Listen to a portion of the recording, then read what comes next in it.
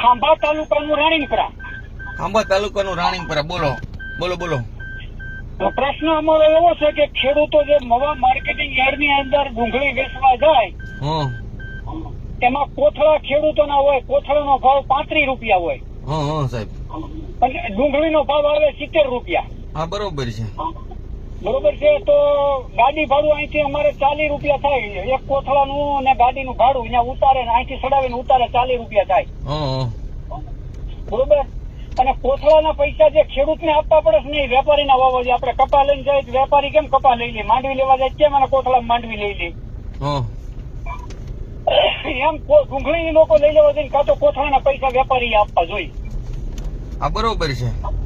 આ આઈટમ બહુ અઘરી છે ને મુશ્કેલી વાળી છે, પણ હું આજે 8 દિવસથી ફોન કરું છું મવા એપીએમસી ના પ્રમુખ ને પણ જ નથી ગભરું કામળિયા.